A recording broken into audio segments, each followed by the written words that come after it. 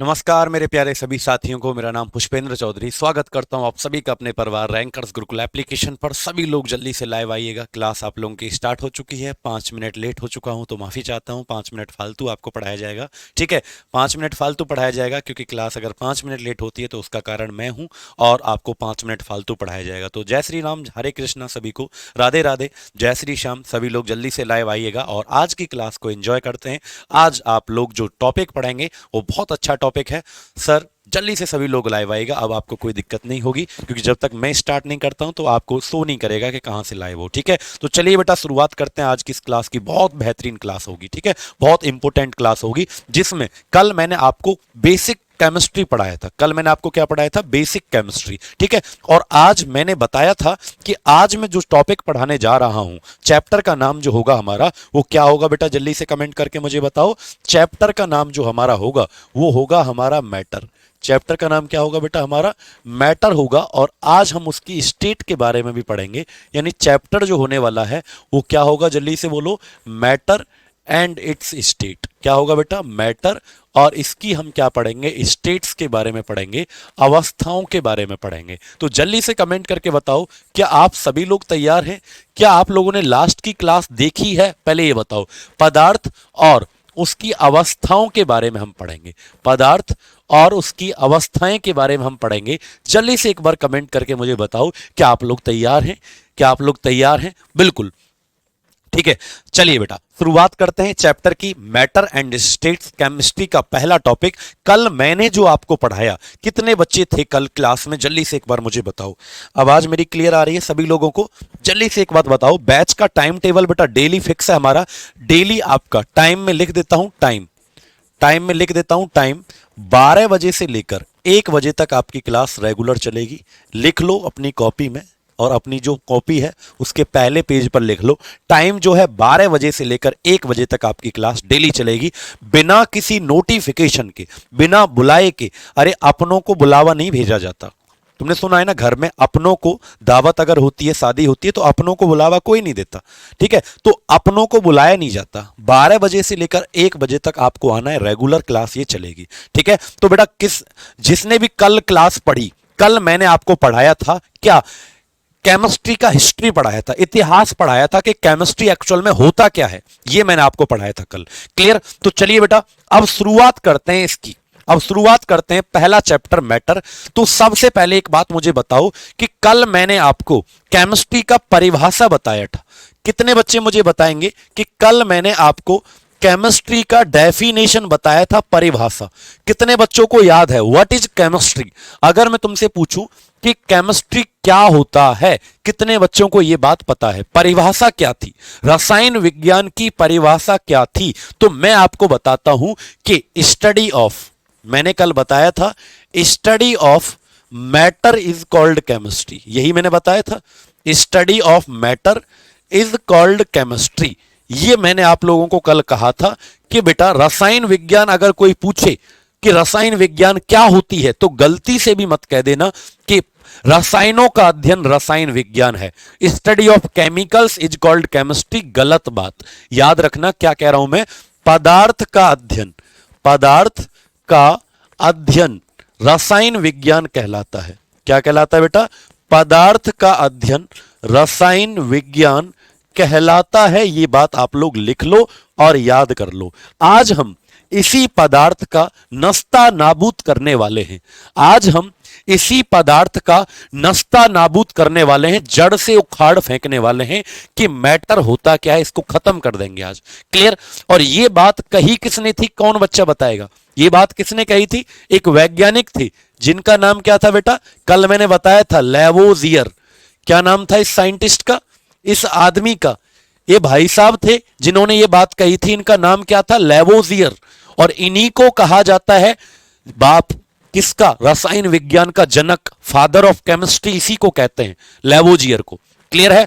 बिल्कुल डीपली पढ़ाएंगे, एक एक चीज डिटेल में पढ़ाऊंगा, चिंता मत करो। ठीक है, चलो करते हैं शुरुआत। मैं हर चैप्टर की शुरुआत बिल्कुल जीरो से करता हूं और वहां तक लेकर जाऊंगा जहां तक तुम्हारे पेपर में कोई से भी एग्जाम की आप तैयारी कर रहे हो, किस भी एग्जाम की आप तैयारी कर रहे हो, ये मेरी जिम्मेदारी कि विज्ञान में जितने भी प्रश्न पूछे जाएंगे मेरी क्लास के बाहर कोई प्रश्न आपकी कॉपी में नहीं आ सकता, आपके पेपर में नहीं आ सकता। क्लियर? चलो अब सुनो ध्यान से, क्या अब मैं सुनो ध्यान से, अब मैं आपको बताने जा रहा हूं कि सर हमें मैटर पढ़ना है, यानी कि मैटर को पढ़ने से भैया, पदार्थ को पढ़ने से रसायन विज्ञान खत्म हो जाती है। तो एक्चुअल में पदार्थ होता क्या है, एक्चुअल में पदार्थ होता क्या है जिसको पढ़ने से पूरी केमिस्ट्री खत्म हो जाती है, इस वैज्ञानिक ने कहा था। ये बात क्लियर है? याद रखेंगे? बात मेरी समझ पाए? चलो अब मैं बात करता हूं कि एक्चुअल में होता क्या है। ठीक है, बिल्कुल एनसीईआरटी पैटर्न होगा, हर चीज आपको पढ़ाई जाएगी यहां पर। क्लियर? जीरो टू हीरो एकदम पढ़ाया जाएगा आप लोगों को। चलो चलें आगे। अब सुनो पदार्थ होता क्या है। बेटा पदार्थ होने की दो कंडीशन है, याद रखना। अगर कोई चीज पदार्थ है तो इसकी दो शर्त हैं। क्या है बेटा? अगर कोई चीज पदार्थ है तो इसकी दो शर्त होती हैं। अगर इन दोनों शर्तों को कोई चीज मानेगा तो इसका मतलब वो पदार्थ है। बिल्कुल कंप्लीट होगा, जीडी भी, जीडी से लेकर ऊपर के लेवल के जितनी भी एग्जाम में सब कवर होंगे बेटा, याद रखना। RG Vikramjit is not a app, it is a family. बिल्कुल सही कहा राघव जांगरा जी। आरजी विक्रमजीत परिवार है एक, ये एप्लीकेशन नहीं है, ये यूट्यूब नहीं है, ये एक परिवार है।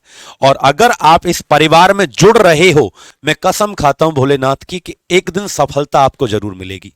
ये एक यूट्यूब चैनल नहीं, ये फीस नहीं लेता बच्चा। ये 399 रुपए, 400 रुपए, 500 रुपए। एक बात बताऊं तुमको, 399 रुपए एक बल्ब का खर्चा नहीं आता होगा। इस हॉल में लग रहा एक बल्ब जो स्क्रीन चल रही है ना, इसका खर्चा भी नहीं है एक दिन का भी।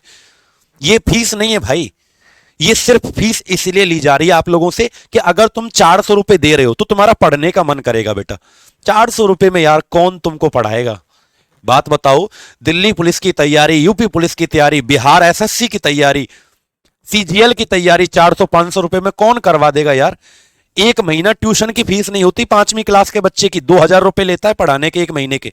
बात मेरी समझ पा रहे हो?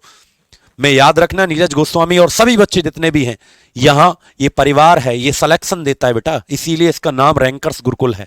यहां रैंक दिलाने वाले स्टूडेंट तैयार किए जाते हैं, और वो सिर्फ इसीलिए ताकि हर बच्चे का भला हो, हर गरीब परिवार का भला हो, सरकारी नौकरी उसके घर तक पहुंचे। बात मेरी समझ पाए? नोट्स बनाते रहो, जितना पढ़ा रहा हूं उस पर भरोसा करो, उसके बाहर पेपर में कुछ नहीं आएगा। क्लियर? अब जरा ध्यान से सुनना मेरी बात, क्या कह रहा हूं बेटा। किसी भी चीज को पदार्थ होने की दो शर्तें हैं, यानी आपको आपके आसपास जो भी कुछ दिख रहा है, अगर उसके अंदर मास है, यानी अगर किसी चीज के अंदर द्रव्यमान है, द्रव्यमान, और दूसरी शर्त यह है कि वो चीज अगर स्पेस ऑक्यूपाई करती है। स्पेस ऑक्यूपाई का मतलब क्या है? अगर कोई चीज जगह घेरती है और उसके अंदर अगर द्रव्यमान है, तो हमेशा याद रखना मेरे प्यारे बच्चों कि वो है मैटर। याद रखना, वो पदार्थ की बात हो रही है। क्लियर है? याद रखना मेरे प्यारे बच्चों, अगर कोई भी चीज आपको आपके आसपास दिख जाए, अगर उसके अंदर मास है, मास का मतलब द्रव्यमान है, और अगर वो चीज जगह घेरती है, कहीं ना कहीं उसको रखोगे तो अगर वो जगह घेरती है, हमेशा याद रखना मेरे प्यारे बच्चों, हमेशा याद रखना उसको पदार्थ कहा जाता है। तो कमेंट बॉक्स में सभी लोग लिखो, हैव मास, ऑक्यूपाई स्पेस। ऐसी हर चीज मेरे बच्चे जिसमें द्रव्यमान होता है और जो जगह घेरती है उसको पदार्थ कहा जाता है। यानी कि मैं ये कहना चाहता हूं कि आपको आपके आसपास जो भी कुछ दिख रहा है, जो भी आपको आपके आसपास कुछ भी दिख रहा है बेटा, उसके अंदर मास है, द्रव्यमान है, और वो जगह भी घेरती है। कोई भी तुम मुझे एक ऐसी चीज बताओ जो आपको आसपास दिख तो रही है लेकिन वो जगह नहीं घेर रही। बेटा हर कोई चीज जगह घेरती है। ये छोटे से छोटा कैप, छोटी से छोटी सुई जैसी चीज भी जगह घेरती है, और सुई जैसी चीज में मांस भी होता है। बात मेरी समझ पा रहे हो? यानी मैं तो ये कह रहा हूं आप लोगों से, लिख लो, हवा जो है, हवा को तो आप नहीं देख पाते। एक बात बताओ, किसी ने हवा को देखा है क्या? नहीं देखा। मैं तो ये कहता हूं हवा भी जगह घेरती है, और हवा के अंदर मास भी होता है, हवा के अंदर द्रव्यमान होता है। तो इसलिए लिख लो, एयर इज ऑल्सो मैटर, लिख लेना बेटा, हवा भी एक पदार्थ है, हवा भी एक पदार्थ होता है, हवा भी एक पदार्थ है। क्यों? हवा भी इन दोनों शर्तों को मान रही है बेटा, हवा भी इन दोनों शर्तों को मानती है। हवा, देखा है गैस के सिलेंडर में जो गैस भरी रहती है, गैस के सिलेंडर में जो गैस भरी रहती है वो भी तो एक हवा का ही हिस्सा है। गैस खाली सिलेंडर में अलग वजन होता है, भरे हुए सिलेंडर में ज्यादा वजन होता है। तो हवा भी बेटा द्रव्यमान रखती है और हवा जगह भी घेरती है। हकीकत यह है कि हवा जो है मेरे प्यारे प्यारे नन्हे मुन्ने बच्चों, हवा जगह भी घेरती है। कैसे घेरती है? जैसे आप छोटा सा गुब्बारा, मेरे पास है नहीं, छोटा सा गुब्बारा जो होता है, बलून गुब्बारा, वो छोटा सा गुब्बारा अभी तक इतनी सी जगह में रखा हुआ था, लेकिन जैसे ही आपने उसमें क्या किया, आपने उसके अंदर हवा भरी, तो वो अब ज्यादा जगह चाहिए, उस गुब्बारे को रखने के लिए ज्यादा जगह चाहिए। यानी गुब्बारा वही है लेकिन जगह घेरी है उसके अंदर भरी गई हवा ने। तो याद रखना, एयर इज ऑल्सो मैटर, हवा भी इन दोनों बातों को मानती है, इसीलिए हवा भी क्या है? पदार्थ है। कितने बच्चों को समझ में आए? एक बार हाथ खड़े करके बताओ जल्दी से बेटा। मास का मतलब द्रव्यमान, भारीपन। अरे विनीता जी समझ रहे हो मास क्या है? ये पूछ रही है विनीता। मास का मतलब बेटा अरे भारीपन। अरे किसी चीज को रखोगे तो इसमें देखो मास है, अरे फील हो रहा है मुझे कि हाँ इसके अंदर मांस है। ऐसे थोड़ी कि मुझे हाथ पे कुछ फील नहीं हो रहा, भैया रख दिया, हो रहा है, मुझे फील हो रहा है, इसका मतलब मांस क्या है? ठीक है, समझ पाए? नहीं समझ पाए? क्लियर? अच्छा, इतना बात समझ में आ गई आप लोगों को कि सर जो कुछ भी आपको आपके आसपास दिख रहा है, जो कुछ भी आपको आपके आसपास दिख रहा है, वो सब मैटर है। वो सब क्या है बेटा? पदार्थ। और इसी सब को पढ़ना क्या कहलाता है? केमिस्ट्री कहलाता है। यानी पदार्थ क्या है? पदार्थ का अध्ययन करना केमिस्ट्री कहलाता है। तो मेरे प्यारे बच्चों एक बात बताओ, तुम क्या केमिस्ट्री कभी खत्म हो जाएगी? क्या तुम कभी पढ़ पाओगे पूरी केमिस्ट्री को? तो नहीं, कभी नहीं पढ़ पाओगे। क्यों? क्योंकि हर चीज का तुम अध्ययन नहीं कर सकते।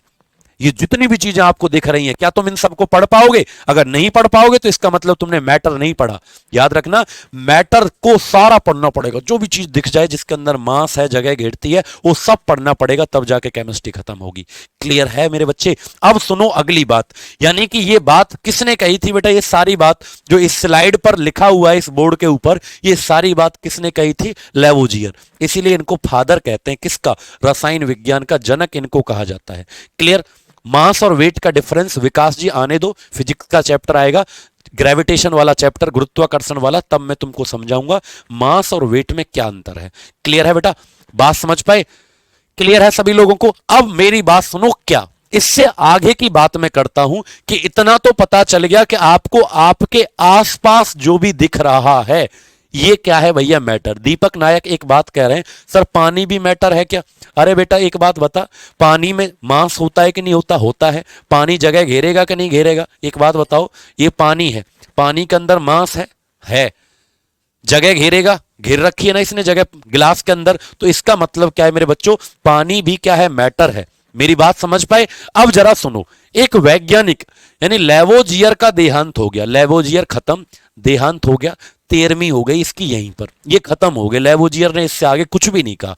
लेकिन इसके बाद एक साइंटिस्ट आए जिनका नाम होता है मेरे बच्चे जॉन डाल्टन। क्या होता है बोलो? एक वैज्ञानिक आए जिनका नाम जॉन डाल्टन होता है। क्या होता है बेटा? एक साइंटिस्ट आए जिनका नाम था, यानी लेवोजियर का देहांत हो गया, खत्म, काम टाटा बाय बाय, खत्म। तो लेवोजियर के बाद एक साइंटिस्ट आए जिनका नाम था जॉन डाल्टन। क्या नाम था बेटा? जॉन डाल्टन नाम था। एक्चुअल में ये कब आए मैं आपको बताता हूं, ये कब आए। तो बेटा ये आए 1808 में। कब आए ये बोलो? 1808, यानी कि ये 1808 में आए। अब रंजीत शर्मा जी कह रहे हैं ऑयल भी मैटर है क्या? अरे बेटा तो कैसी बातें करते हो तुम? ऑयल जगह घेरेगा कि नहीं घेरेगा? ऑयल के अंदर मांस भी होगा तो मैटर है। ठीक है बेटा, बात समझ पा रहे हो? तो एक साइंटिस्ट, जब लेवोजियर खत्म हो गए तो एक वैज्ञानिक आए जिनका नाम हुआ करता था जॉन डाल्टन। कब की बात कर रहा हूं बेटा मैं? 1808 की बात कर रहा हूं। और एक्चुअल में ये साइंटिस्ट नहीं थे, ये एक स्कूल था, जैसे मान लीजिए एक स्कूल है, मैं साइंस पढ़ाता हूं, ये एक स्कूल में साइंस पढ़ाया करते थे। अंग्रेजों अंग्रेजों के जमाने की बात कर रहे हैं, अंग्रेजों के जमाने की बात कर रहे हैं, तो याद रखना जॉन डाल्टन जो है, अंग्रेजों का जमाना चल रहा था और ये एक स्कूल टीचर हुआ करते थे, यानी साइंस के टीचर थे। अब ये आए और इन्होंने पता है क्या बोला, इन्होंने घोषणा की, बड़ी बड़ी बातें कही। इन्होंने पता है क्या बोला कि भाई आपको आपके आसपास जो दिख रहा है ये सब मैटर है, पदार्थ है। हमने कहा ये तो हम पहले ही जानते हैं, तू क्या बता रहा है, ये तो जानते ही हम। ये बोला कि जैसे हमारी बॉडी, हमारा शरीर, आपका शरीर, कोई भी बॉडी है, इसका सबसे छोटा यूनिट जो होता है, शरीर की सबसे छोटी इकाई कोशिका होता है, सेल। कोशिका का मतलब सेल होता है। लेकिन इन्होंने कहा कि मैटर का स्मॉलेस्ट यूनिट जो होगा, स्मॉलेस्ट यूनिट किसका, मैटर का, क्या होता है? इन्होंने बोला एटम होता है। इन्होंने कहा कि पदार्थ जो आपको आपके आसपास जो दिख रहा है पदार्थ, इसकी सबसे छोटी इकाई जो होती है वो परमाणु होता है। क्या होता है बेटा? परमाणु होता है। यानी इन्होंने एक बात कही कि पदार्थ की सबसे छोटी इकाई, पदार्थ की सबसे छोटी इकाई जो होती है वो क्या होता है बेटा? परमाणु होता है। ऐसा कहने वाला वैज्ञानिक कौन है, जल्दी से बताओ। ऐसा कहने वाला वैज्ञानिक कौन है? John Dalton. यानी इन्होंने बोला जैसे हमारा शरीर जो है, हमारा बॉडी, वो कोशिका से मिलकर बनता है, कोशिका का मतलब सेल, वैसे ही आपको जो भी मैटर दिख रहा है, जो भी चीज पदार्थ होती है, वो एटम से मिलकर बनती है, यानी परमाणु से मिलकर बनती है। यानी ये मार्कर, ये जल्दी से बताओ ये मार्कर क्या है? ये मार्कर जो है, ये मार्कर मैटर है। ये मार्कर जो है ये मैटर है। मैटर का मतलब पदार्थ। क्यों? मार्कर के अंदर बेटा मास है। मार्कर के अंदर क्या है? मास, द्रव्यमान। और मार्कर को रखूंगा पॉकेट में तो ये जगह घेरेगा, तो इसका मतलब मार्कर क्या हुआ? पदार्थ। ऐसी हर चीज जो जगह घेरती है, जिसके अंदर मास होता है, वो क्या होता है? मैटर होता है। लेकिन इन्होंने बोला कि जॉन डाल्टन ने बोला कि कोई भी मैटर, यानी ये मार्कर जो है वो छोटे छोटे छोटे छोटे छोटे छोटे किससे मिलकर बना होगा? एटम यानी परमाणु से मिलकर बना होगा, ऐसा इन्होंने बोला। ठीक है? यानी याद रखना पदार्थ की सबसे छोटी इकाई क्या होता है? परमाणु होता है, ऐसा इसने कहा।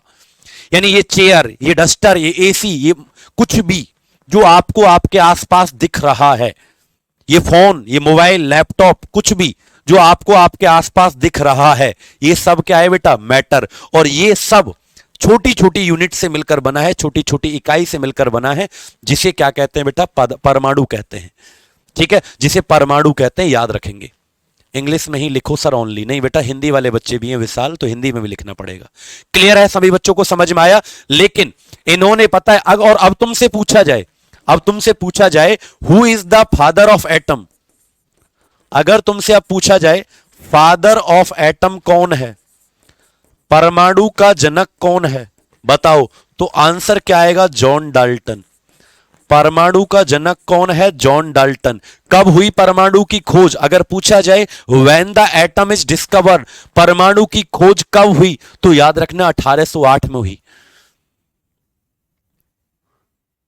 विभांशु जी, आपके विभांशु सिंह जो पूछ रहे हैं उसका जवाब है 10th क्लास, 10th क्लास तक। ठीक है? तो जॉन डाल्टन 1808 इसका सही। बात समझ पाए बेटा? फादर ऑफ एटम कौन है? John Dalton. कब हुई इसकी डिस्कवरी? 1808, 1808 में इसकी खोज हुई। क्लियर है? लेकिन इनकी एक गलती थी बेटा। इनकी एक क्या थी? इन्होंने ये बात तो बिल्कुल सही कही, ये बात तो बिल्कुल सही है, लेकिन इनकी एक मिस्टेक थी। और वो मिस्टेक आपको समझनी है, क्या मिस्टेक थी वो मिस्टेक, यानी गलती क्या थी। अगर मैं तुमसे पूछूं जॉन डाल्टन मॉडल का लिमिटेशन क्या है, जॉन डाल्टन साहब का गलती क्या था, अगर मैं आपसे पूछूं, तो इन्होंने एक गलती पता है क्या कर दी बेटा? इन्होंने एक गलती ये कर दी कि इन्होंने बोला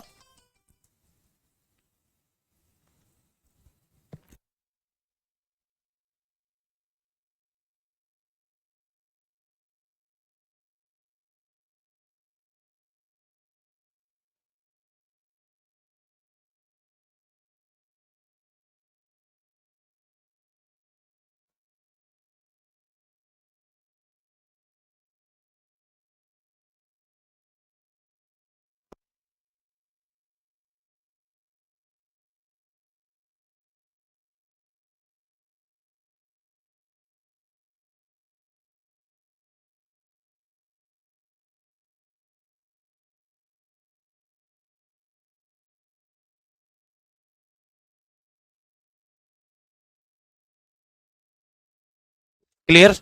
तो सुनो बेटा, अपलोड करवा दो सिलेबस। बेटा कल की क्लास में सिलेबस अपलोड करवाया था मैंने, आपको नहीं मिला क्या? माफी चाहता हूं, एक कॉल आ गया था अर्जेंटली तो उससे बात मुझे करनी पड़ी, 1 मिनट के लिए माफी चाहता हूं। तो मैंने क्या कहा बेटा, जॉन डाल्टन जो है इनकी एक मिस्टेक है, इनकी एक कमी है। पता है क्या कमी है? इन्होंने एक बात बोली कि एटम जो होता है ये इतना छोटा होता है, परमाणु, यानी ये मार्कर जो है किससे मिलकर बना है? एटम, परमाणु। तो इनकी एक डिमेरिट है, डिमेरिट का मतलब कमी। गलती क्या है? इन्होंने बोला कि atom can not be divided, यानी कि जो परमाणु होता है इसको डिवाइड नहीं किया जा सकता। यानी इन्होंने बोला परमाणु परमाणु विभाजित नहीं किया जा सकता। क्या नहीं किया जा सकता? परमाणु विभाजित नहीं किया जा सकता। इन्होंने कहा, इन्होंने एक बात बोली कि परमाणु जो है वो विभाजित नहीं किया जा सकता। किसने कही ये बात बेटा? इन्होंने कहा, जॉन डाल्टन। और ये बात सरासर एकदम गलत है, ये बात सरासर गलत है, क्योंकि आने वाले टॉपिक में, आने वाले क्लास में मैं आपको पढ़ाऊंगा, मैं आपको एक चैप्टर आएगा, मैं उसमें आपको पढ़ाऊंगा कि एटम जो होता है परमाणु, एटम जो होता है परमाणु, मैं क्या पढ़ाऊंगा आपको आने वाले चैप्टर में कि परमाणु जो होता है इसके अंदर एक नाभिक पाया जाता है। क्या पाया जाता है बेटा इसके अंदर?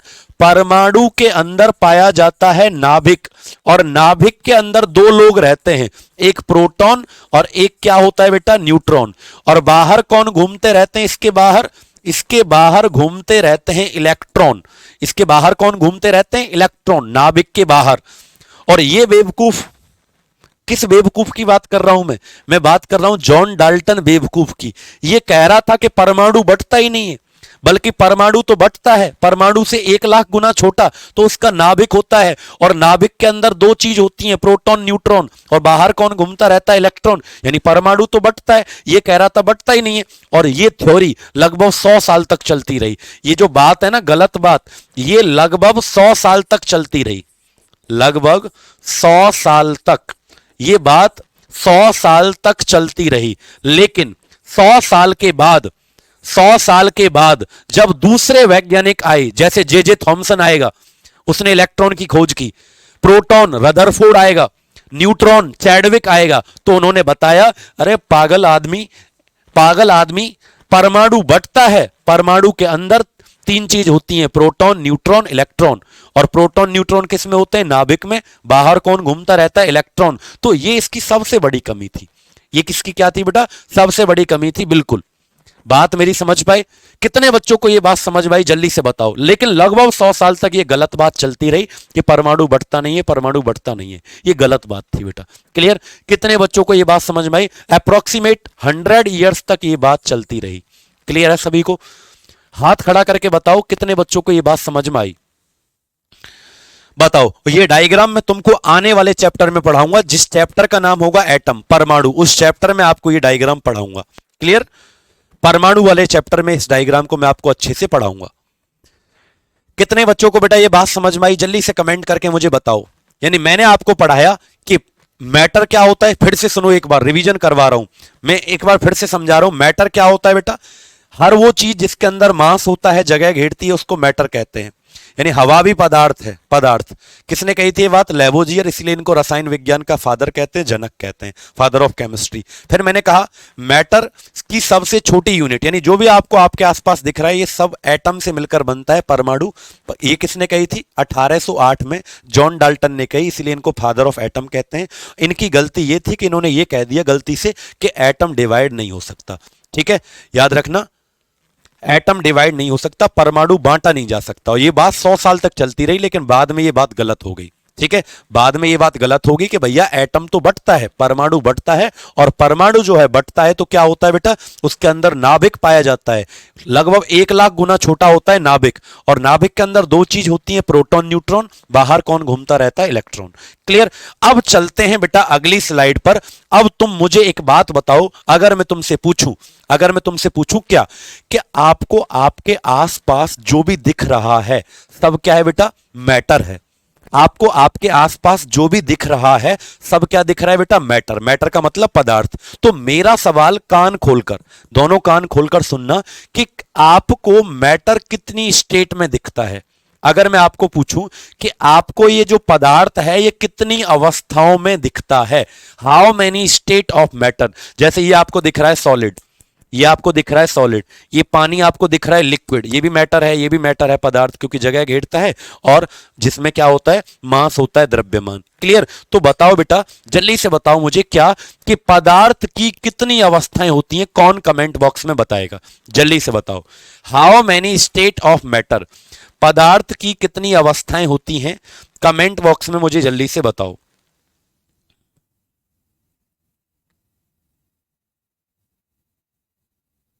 जल्दी से बताओ बेटा।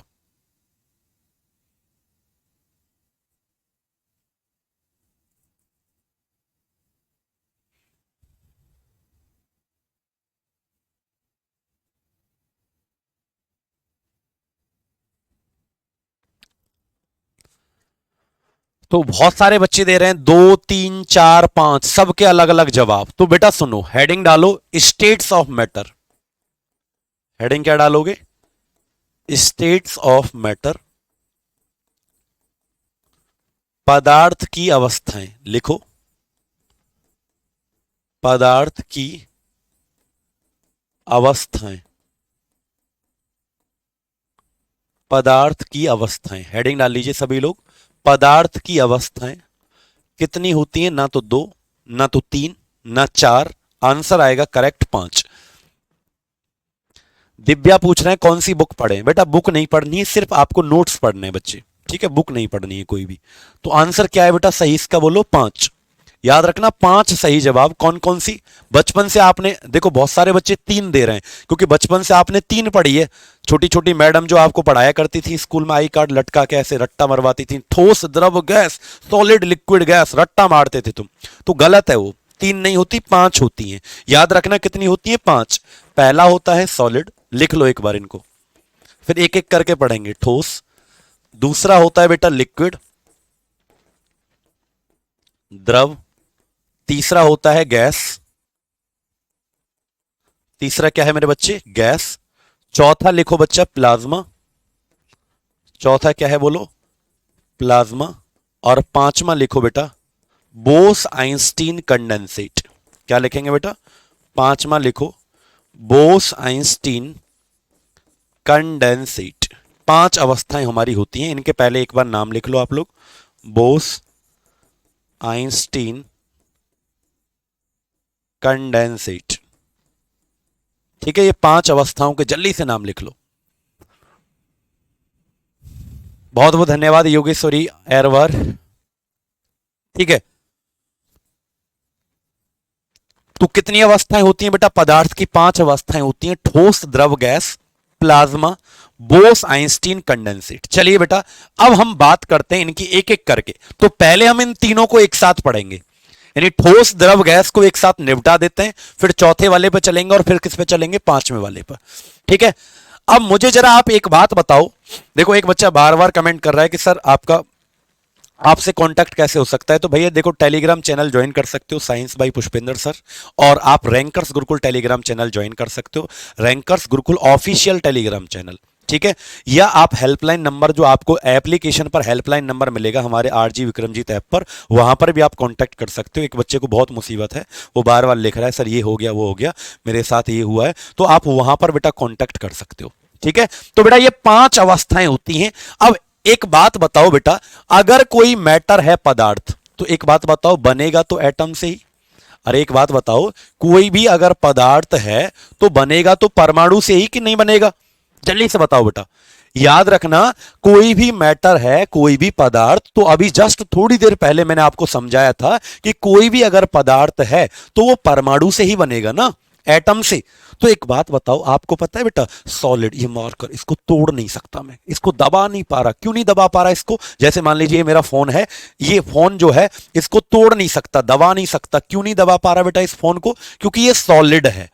सॉलिड चीजों को दबाया नहीं जा सकता, तोड़ा बहुत मुश्किल से टूटेगा ना। यानी क्यों? क्योंकि बेटा इसके एटम जो होते हैं, यानी कोई भी ठोस चीज है तो उसके जो परमाणु होते हैं वो इतने ज्यादा आकर्षण बल से जुड़े हुए हैं कि इनके बीच में कोई जगह नहीं होती, इनके बीच में कोई जगह नहीं होती। क्लियर है? याद रखना, सबसे ज्यादा high attraction force, high attraction force यानी सबसे ज्यादा परमाणुओं के बीच में बल कहां पर होता है, बोलो। आकर्षण बल परमाणुओं के बीच में क्या होता है बेटा, आकर्षण बल जो होता है वो ज्यादा होता है। किसके परमाणुओं के बीच में, बोलो जल्दी से। यानी सॉलिड जो होते हैं उसके, जैसे मार्कर के एटम होंगे तो इसके परमाणुओं के बीच में जो आकर्षण बल है वो ज्यादा होता है। इसीलिए सॉलिड को तोड़ा नहीं जा सकता, दबाया नहीं जा सकता, क्योंकि वो अंदर, ये जो एटम है इसके अंदर जाने के लिए परमिशन नहीं दे रहे ना मुझे। लेकिन आपको पता है लिक्विड जो होता है, लिक्विड, ये इसमें कोई चीज आसानी से घुल जाती है। मान लीजिए ये पानी है, पानी, और इसमें मैं चीनी डालूं, चीनी डालूं तो बेटा आसानी से घुल जाएगा, आसानी से घुल जाएगा, है चीनी घुल जाएगा, नमक आसानी से घुल जाएगा। क्यों बेटा, क्यों घुल रहा है भाई, मार्कर में तो चीनी नहीं घुलती। बात समझ पा रहे हो, क्यों घुल रहा है पानी में, इसीलिए नमक और चीनी घुल गया है, क्योंकि इसके जो परमाणु हैं इनके बीच में क्या होता है बेटा, जगह होता है। क्या होता है इसके बीच में, स्पेस। और जो भी तुमने नमक या चीनी घोला है वो इस जगह में जाके भर जाता है। वो इस परमाणुओं के बीच में, वो एटम के बीच में जो जगह है, वो चीनी या नमक तुमने जो घोला वो इसके अंदर चला जाता है। क्लियर है बेटा। सबसे ज्यादा अट्रैक्शन बल कहां होता है, ठोस में होता है, इसलिए उसके अंदर कोई चीज घुलती नहीं है। क्लियर है बेटा, बात मेरे समझ पाए सभी बच्चे। लेकिन इनके अंदर इसीलिए कोई चीज घुल जाती है क्योंकि इनके अंदर क्या होता है, स्पेस होता है, जगह होती है। क्लियर है।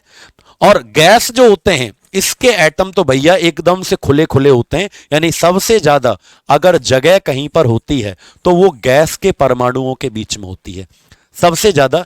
इस पोस्ट से लिखें ये सर प्लीज, क्या लिखें, इस पोस्ट से लिखें, मतलब बेटा समझ नहीं पाया मैं आपकी बात, स्वपन कुमार।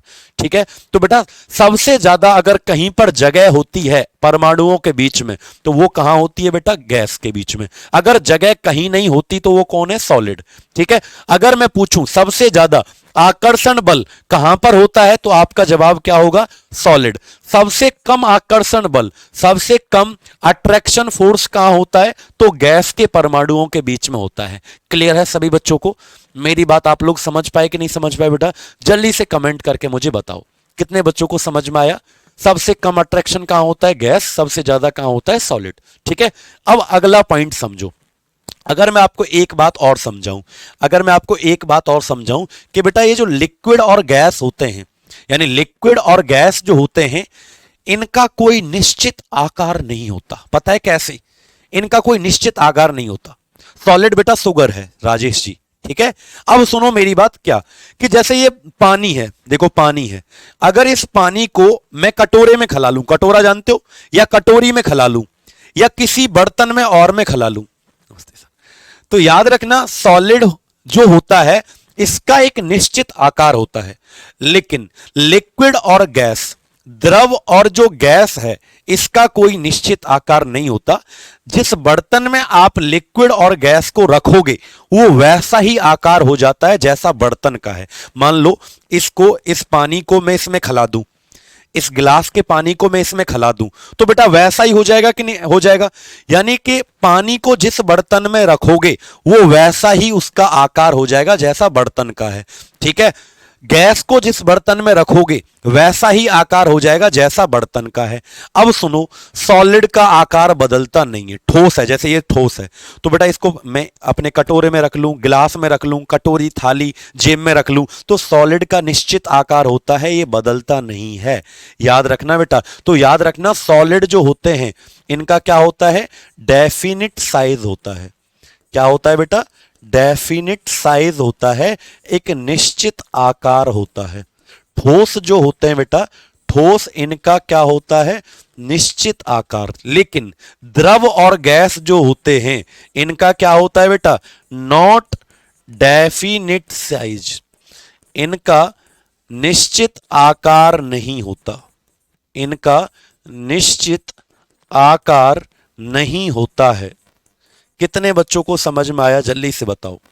यानी कि लिक्विड गैस जो होते हैं, एक दीपक नायक बच्चे हैं वो बार बार लिख रहे हैं how many type of solid. बेटा आपको नहीं पढ़ाया जाएगा कितने तरह के सॉलिड, लेकिन फिर भी बता देता हूं, 2 तरह के सॉलिड होते हैं, आपके सिलेबस में नहीं है। ठोस के प्रकार आपके सिलेबस में नहीं है, इसलिए मैं आपको पढ़ाऊंगा नहीं, लेकिन फिर भी बता देता हूं अगर आपने पूछा है तो 2 तरह के सॉलिड होते हैं बेटा, क्रिस्टलाइन सॉलिड और एमोर्फस सॉलिड। ठीक है, क्रिस्टलीय और अक्रिस्टलीय। ठीक है, क्रिस्टलाइन सॉलिड और एमोर्फस सॉलिड। ठीक है दीपक भैया, अब आपके सिलेबस में नहीं है बेटा, इसलिए मैं पढ़ाऊंगा नहीं। बात मेरी समझ पाए? तो द्रव और गैस जो होते हैं, द्रव और गैस, इनको जिस बर्तन में रखोगे वैसा ही आकार हो जाता है, लेकिन सॉलिड का एक निश्चित आकार होता है, वो जल्दी से बदलता नहीं है। ठीक है बेटा, चलें अब चलते हैं, हम इन तीनों को और डिटेल में पढ़ेंगे। अभी हमने खत्म नहीं हुआ, ये मत सोचना सॉलिड लिक्विड गैस खत्म हो गया। अभी हम पढ़ते हैं कि कैसे। एक बात और याद रखना, सॉलिड जो होते हैं, सॉलिड जो होते हैं यानी ठोस जो होते हैं, इनका घनत्व डेंसिटी यानी भारी होते हैं। घनत्व क्या होता है? अधिक, हाई डेंसिटी। क्या होता है बेटा? घनत्व अधिक होता है। घनत्व कैसा होता है? अधिक। लेकिन लिक्विड गैस का क्या होगा बेटा? घनत्व कम होगा। लिक्विड का और गैस का, द्रव और गैस का क्या होगा? Low density. लो डेंसिटी का मतलब कम घनत्व होगा, कम घनत्व होगा। ठीक है बेटा, लिक्विड गैस, द्रव और गैस का घनत्व क्या होगा? कम। याद रखेंगे सभी बच्चे? Very good. सुपरकूल्ड लिक्विड उसे कहते हैं बेटा जिस लिक्विड में, सुपरकूल्ड सॉलिड होता है, लिक्विड नहीं होता बेटा। सुपरकूल्ड लिक्विड उसे, सॉलिड उसको कहते हैं जिसमें बहने की क्षमता होती है। जैसे कांच एक सुपरकूल्ड सॉलिड है, कांच बह जाता है। आपने देखा है कि जब कांच की मतलब 50 साल तक कांच लगा रहा किसी खिड़की के अंदर, तो नीचे से मोटा हो जाता है वो कांच, जो क्ले मिट्टी होती है हट जाती है, तो इसीलिए उसको सुपरकूल्ड सॉलिड कहा जाता है। ठीक है, सुपरकूल्ड का मतलब जिसमें बहने की क्षमता होती है टाइम के अकॉर्डिंग, टेम्परेचर के अकॉर्डिंग। क्लियर है? चलें बेटा आगे। अब चलते हैं बेटा, प्लाज्मा भी आएगा, सब कुछ आएगा, लेकिन पहले आज हम 3 स्टेट को पढ़ेंगे सिर्फ, सॉलिड, लिक्विड और गैस को। किसको पढ़ेंगे? सॉलिड, लिक्विड और गैस को। तो अब हम पढ़ेंगे, लिखो, कन्वर्जन ऑफ, हेडिंग डालो, conversion of solid comma liquid comma gas, यानी ठोस द्रव गैस का आपस में बदलना। क्या कहेंगे? ठोस द्रव गैस का आपस में बदलना, आपस में बदलना, ठोस द्रव गैस का आपस में बदलना। हेडिंग डाल लो। ठीक है, conversion of solid, liquid and gas. ठीक है, यूजर जी कह रहे हैं सर ये कॉम्बो बैच है तो सब पढ़ाओ। बेटा कॉम्बो बैच के किसी भी उसमें नहीं आएगा कि आपको पढ़ाया जाएगा एमोर्फस सॉलिड क्या होता है, क्रिस्टलाइन सॉलिड क्या होता है। एसएससी में कभी भी नहीं पूछा जाएगा, यूपीएससी में कभी नहीं पूछा जाएगा। पूछा जाएगा कहां पर पता है? मैं बताता हूं। जो बच्चा एनडीए की तैयारी कर रहा है, नेशनल डिफेंस एकेडमी, उसमें पूछा जाएगा, और उसके लिए ये बैच है नहीं। एनडीए वाला कोई बच्चा अगर तैयारी यहां कर रहा है तो वो ना करे, एनडीए का सिलेबस अलग होता है बेटा। बात मेरी समझ पा रहे हो? एनडीए का सिलेबस अलग होता है। सीयूईटी जो एग्जाम होता है कॉलेज, जिसे दिल्ली यूनिवर्सिटी के लिए एडमिशन लेते हैं, उसका सिलेबस अलग है। बात समझ पाए? अब सुनो आगे। तो conversion of solid, liquid, gas, अगर मैं आपसे पूछूं कि ये है सॉलिड, यहां पर मैंने लिख लिया है सॉलिड यानी ठोस, यहां पर मैंने लिख लिया है लिक्विड, लिक्विड का मतलब द्रव। बेटा एक एक से चलेंगे। एक बच्चा कह रहा सर सीधा प्लाज्मा पढ़ा दो, तो बेटा प्लाज्मा सीधा नहीं पढ़ाया जाएगा, पहले हर बच्चे को पढ़ाया जाएगा। यहां पर एक ऐसा भी बच्चा है जो कुछ नहीं जानता, उसको भी पढ़ाया जाएगा। चिंता मत करो, सबका लेवल धीरे धीरे आता जाएगा। ठीक है, और इधर मैं लिख लेता हूं गैस। अगर तुम जानते हैं तो फिर जवाब दो ना। अगर आप लोग जानते हैं तो फिर मुझे बेटा हेल्प करो मेरी, कि अगर कोई सॉलिड है, अगर वो लिक्विड में बदल जाए, कौन सी प्रोसेस होगी? अगर आप लोग जानते हैं तो बताओ। अगर कोई सॉलिड है, अगर कोई ठोस है, ठोस, जब भी मैं सॉलिड बोलूं तो तुम्हारे दिमाग में बर्फ का टुकड़ा चलना चाहिए। बिल्कुल सीडीएस के लिए हो बेटा, सीडीएस के लिए है, लेकिन एनडीए बिल्कुल अलग होता है उसका, फिजिक्स और केमिस्ट्री। ठीक है, वहां 11th और 12th वाला पूछा जाता है। क्लियर है? समझ पाए बेटा? तो याद रखना कौन सी प्रोसेस, अगर जब भी मैं सॉलिड बोलूं तो बर्फ का टुकड़ा, और जब भी लिक्विड बोलूं तो क्या कहेंगे उसको? पानी। तो बताओ अगर कोई सॉलिड लिक्विड में बदल जाता है, कौन सी प्रोसेस होती है? तो बेटा इसे कहते हैं, याद रखना, इसको मेल्टिंग कहा जाता है। मेल्टिंग का मतलब है पिघलना, इसे कहते हैं। क्या कहते हैं बेटा? इसको पिघलना कहा जाता है। और याद रखना, बिल्कुल नेहा का सही जवाब आया एकदम, विजय का बिल्कुल गलत है। बिल्कुल। अब सुनो आगे। लेकिन बेटा कभी कभी आपको ऑप्शन में मेल्ट नहीं दिखेगा, याद रखना, इसीलिए इसको क्या कहते हैं, कभी कभी फ्यूजन कहते हैं। यानी मेल्टिंग और फ्यूजन यहां पर दोनों क्या होगा, सही जवाब।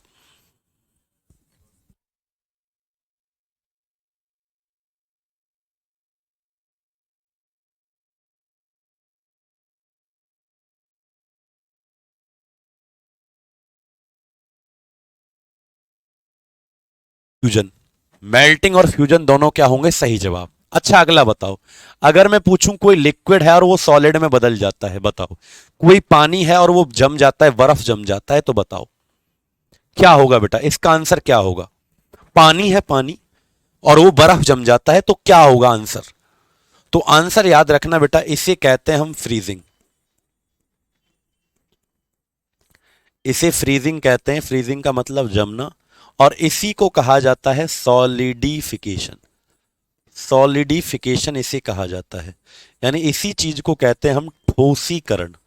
क्या कहते हैं बेटा, इसको हम ठोसीकरण के नाम से भी जानते हैं, यानी सॉलिड बनना। बिल्कुल सचिन जी, बिल्कुल एएलपी के लिए इंपोर्टेंट है।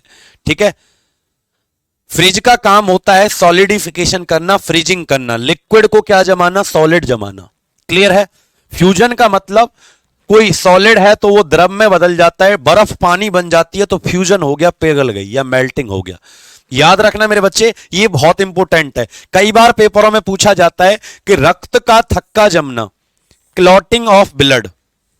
कई बार पेपरों में पूछा जाता है रक्त का थक्का जमना, क्लॉटिंग ऑफ ब्लड। रक्त का थक्का जमना कौन सी अभिक्रिया है, बताओ। अगर तुमसे पूछा जाए रक्त का थक्का जमना कौन सी अभिक्रिया है, तो आंसर क्या आएगा बेटा, सॉलिडिफिकेशन। बोलो जल्दी से, आंसर क्या आएगा, ठोसीकरण आंसर आएगा। क्यों आएगा ठोसीकरण, क्योंकि रक्त क्या है हमारा, लिक्विड, और लिक्विड है तो सॉलिड में जमेगा। सॉलिड में जमेगा लिक्विड, तो इसे क्या कहते हैं, सॉलिडिफिकेशन कहते हैं। कभी भी गलती से मत कहना कि फ्रीज हो गया, मेरा खून फ्रीज हो गया, जमाना हंसेगा, हंसेंगे तुम्हारे गांव वाले। याद रखना क्या कहना, अगर रक्त का थक्का जमना है तो रक्त लिक्विड है और जम गया तो क्या बन जम गया, सॉलिड। इस प्रोसेस को क्या कहा जाता है बेटा, सॉलिडिफिकेशन के नाम से इसको जाना जाता है। याद रखेंगे बेटा, बहुत बढ़िया। बिहार एसआई के लिए बच्चे कह रहे हैं, तो हाँ भैया बिल्कुल पढ़ सकते हैं बेटा, बिहार एसआई के लिए सारा सिलेबस वही है आपका भी। ठीक है बेटा, अब सुनो आगे। अगला बताओ, अगर कोई लिक्विड है और गैस में बदल जाता है, अगर पानी को ज्यादा गर्म करोगे, ज्यादा गर्म पानी को करोगे तो वो भाप में बदल जाता है, तो बेटा कौन सी प्रक्रिया है पानी को भाप में बदलना, बताओ। तो आंसर आएगा बेटा, पानी जब भाप में बदल जाता है तो इसे कहते हैं इवेपोरेशन। इवेपोरेशन, या फिर इसी का दूसरा नाम होता है वेपोराइजेशन। वेपोराइजेशन, इसी का दूसरा नाम क्या होता है बेटा, वेपोराइजेशन इसे कहते हैं। यानी हिंदी में दोनों का मतलब क्या है, वाष्पीकरण इसका मतलब है।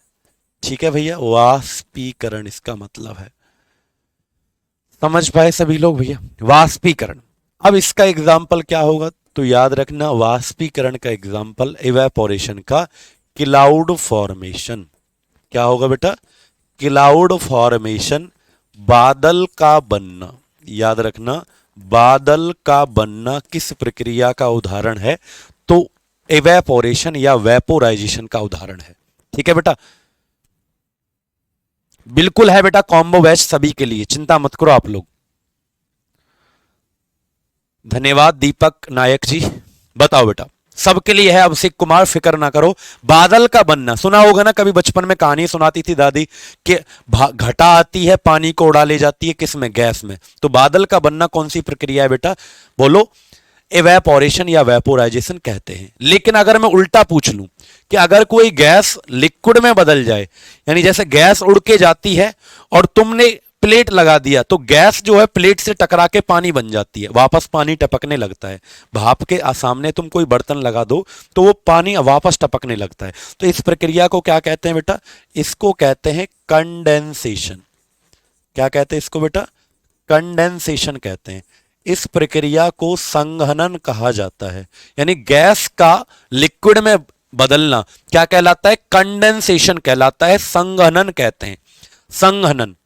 इसका एग्जाम्पल मुझे कौन बताएगा, इसका एग्जाम्पल, बारिश का होना, वर्षा होना, वर्षा का होना यानी रेनिंग। रेनिंग अगर पूछे, बारिश का होना किसका एग्जाम्पल है, बरसात होना किसका उदाहरण है, तो कंडेंसेशन। क्यों बेटा, क्योंकि बरसात जो है वो पानी क्या है, गैस है, बादल जो है वो गैस है, और आपके ऊपर जो गिरता है तो क्या गैस गिरती है आपके ऊपर, क्या गिरता है, पानी गिरता है। तो वर्षा का होना, रेनिंग जो है वो कंडेंसेशन का उदाहरण है ना। और दूसरा, शीशे पर भाप जमना, शीशे पर भाप जमना। कौन कौन गर्म पानी से नहाता है, fogging a mirror, fogging a mirror, ये किसका उदाहरण है बेटा, शीशे पर भाप जमना, फॉगिंग ए मिरर। जैसे चश्मा पहनते हैं, बिल्कुल बिल्कुल राघव जी, बिल्कुल फिक्र मत करो। जैसे चश्मा कौन कौन पहनता है, चश्मा जो पहनते हैं उसको उतार के चश्मे वाले क्या करते हैं, ऐसे अपने मुंह से भाप निकालते हैं, शीशे पर पानी सा जम जाता है, उसको ऐसे साफ कर लेते हैं।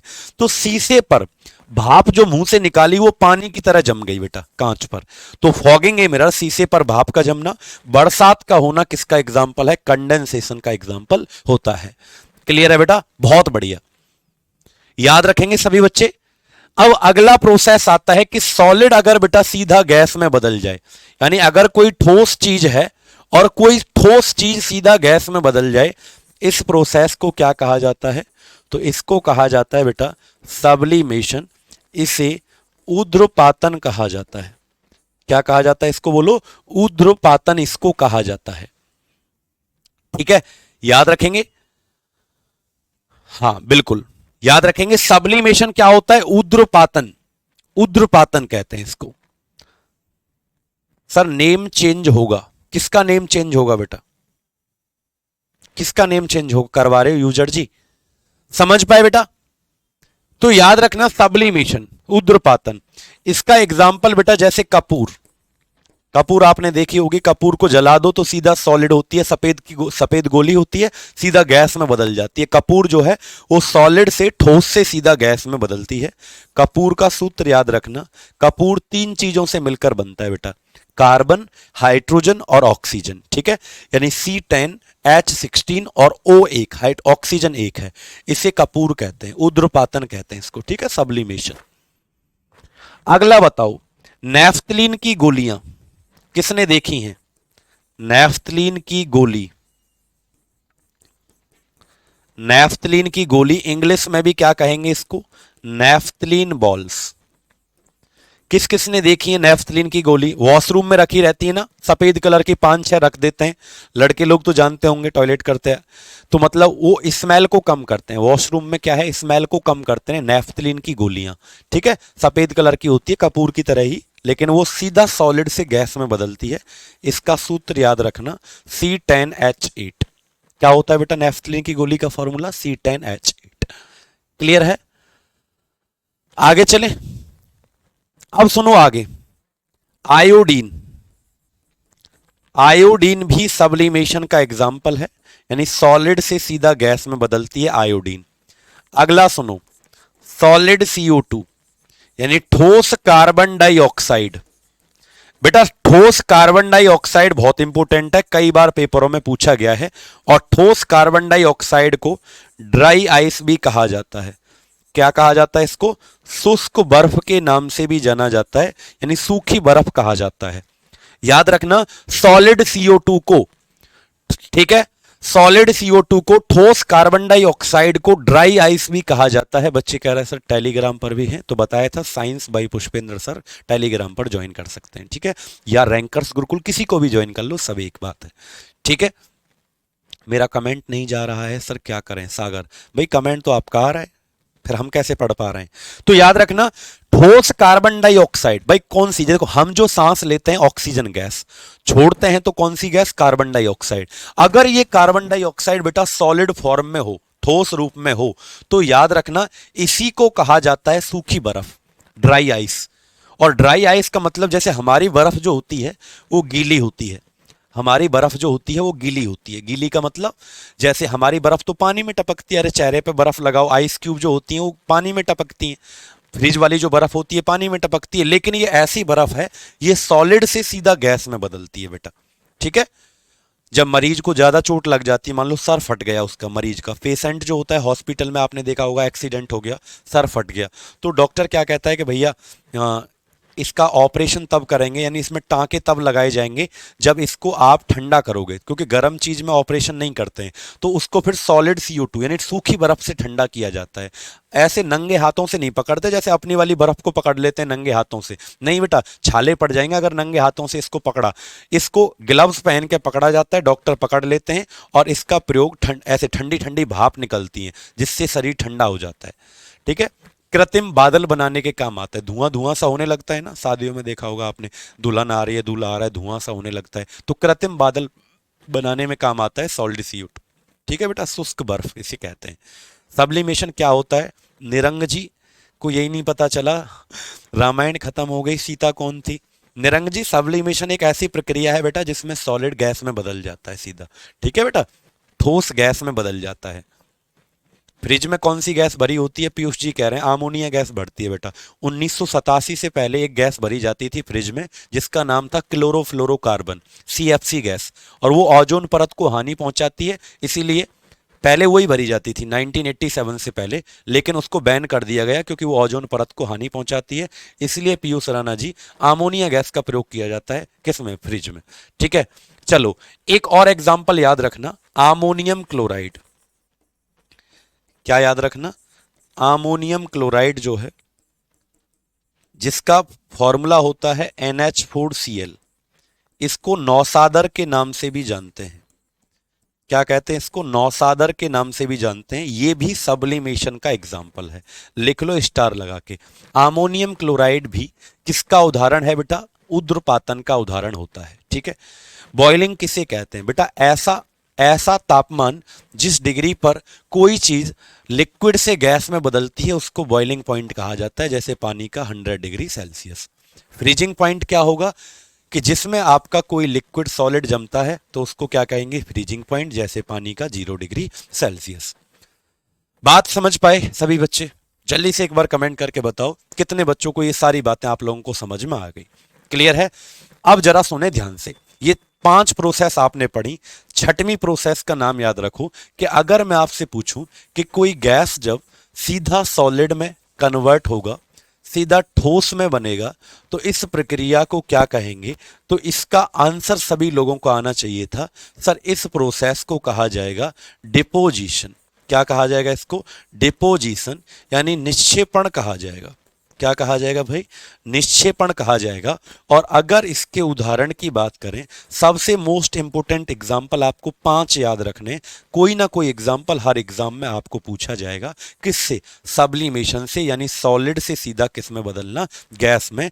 ये सारे के सारे एग्जाम्पल आपको याद रखने हैं। ठीक है। अगला मैंने क्या बताया कि अगर गैस किस में बदल जाए, सॉलिड में सीधा बदले, इस प्रोसेस को डिपोजिशन, और इसका एग्जाम्पल याद रखना फ्रॉस्ट, यानी पाला पड़ना।